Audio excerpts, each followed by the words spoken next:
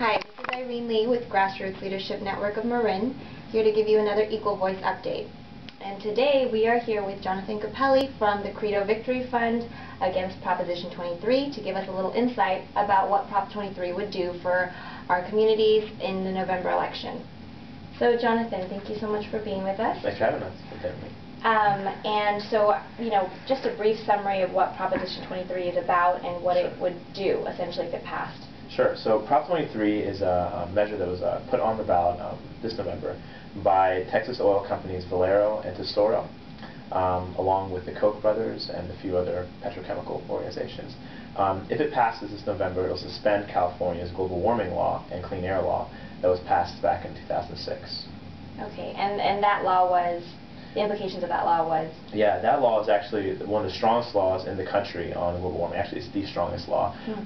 That law is called the Global Warming Solutions Act, and it would, if it doesn't, get sort of repealed this November, it'll cut emissions by 30% by 2020 and 80% by 2050 in California. And these emissions are, in general, global warming gases, but most principally is the CO2 from things like cars and refinery operations and general air pollution.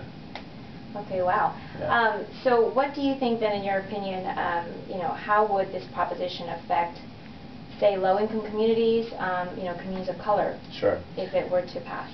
Well, the thing about California is that it's one of the, especially around the cities, it's one of the most polluted states in the country. 1 in 5 people in California have asthma, and because communities of color live in disproportionately high densities around cities, you have really high levels of asthma, of cancer, just affecting people of low income of color. Now, if you have an 85 or 80% reduction of emissions in California by 2050, that it means like being able to see and breathe in Los Angeles, without having to change your shirt at the end of the day because it's dirty. Wow. It's a really big difference and will make a huge impact on people's lives. Really, Prop 23, if it passes, will hit communities of color and lower income communities first and worst out of anyone in California, which is why we got to stop it. Wow. Well, thank you so much for that update.